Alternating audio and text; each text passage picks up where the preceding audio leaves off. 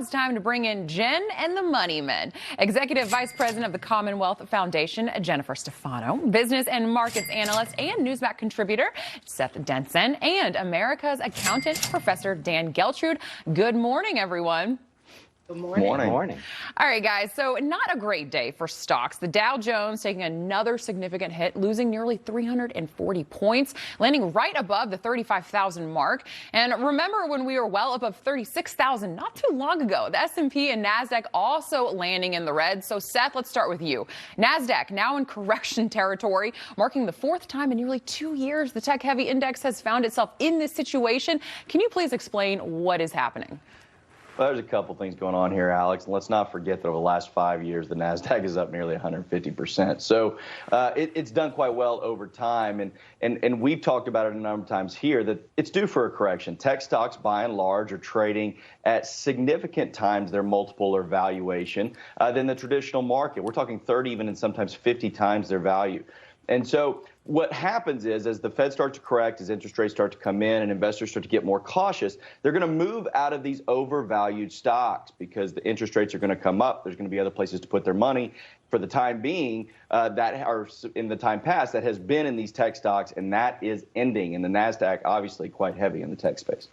All right, now let's talk a little shopping. Procter & Gamble banking on the fact that shoppers don't seem to care about higher prices for household staples like laundry detergent and soap. Sales jumping by 6% at the end of last year. Now, Dan, let's turn to you. People need diapers and paper towels, but how long before they start heading to discount stores to save their money? When they start to run out of money. I think this is a prime example of how people do have money, and that is part of what's driving the demand side of the equation. Inflation is hitting all of us because we simply can't keep up with the supply. In this particular case, Procter & Gamble, which I assume is probably having difficulty in being able to get products for resale, has no choice but to increase prices. They are passing it along to the consumer, and as long as the consumer continues to buy, prices will continue to rise.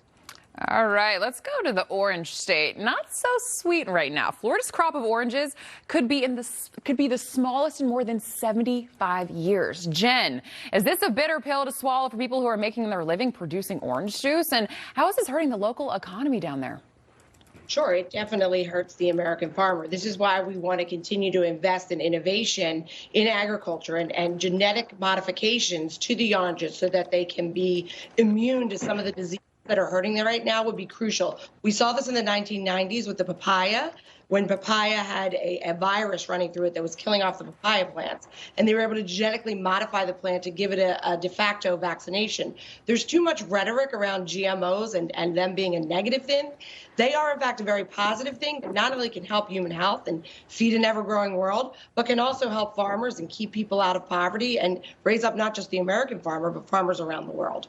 Yeah, well, all right. Well, Amazon taking it to the mall. The retail giant saying it's planning to open a clothing store at the Americana Mall, Brand Mall in Glendale, California. Now, Seth, it's being touted as quite the experience. Shoppers getting personalized recommendations right to their phones. Now, the store is stocked with mostly non-Amazon fashion labels.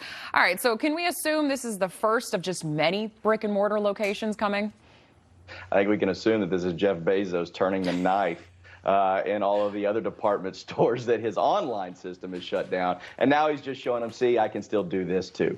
Amazon is actually going to be opening up big department stores. These are Bloomingdale's, Nordstrom's, Macy's style stores. And so I think they're going to do more of it. I think Jeff Bezos is going to find a way to make it profitable. And again, just show these other companies that did not find a way to advance in technology that he can do it online and he can do it in the store too.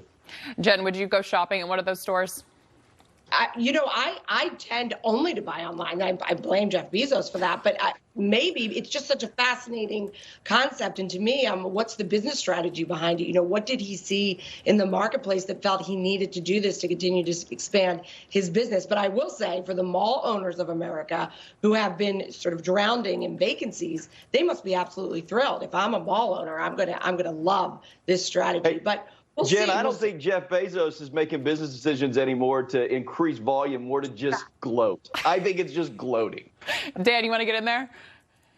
Yeah, well, listen, as we're talking about all this, when is Jeff Bezos now going to make the move to dominate the metaverse, which is the next place that we're going to be shopping? I probably agree with Seth that he is gloating here, but look for Amazon to start taking up space to sell in the metaverse next.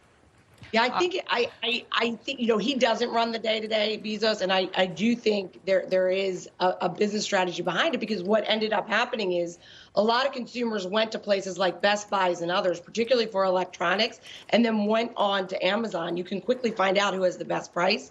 So it's interesting he's going first into the clothing lines, and that's where they have sort of found a market online as well. So it's going to be interesting to see what's behind. Yeah, all right, Jen and the Money Man, what a great discussion. So thank you, Jennifer Stefano, Seth Denson, and Dan Geltrude, as always.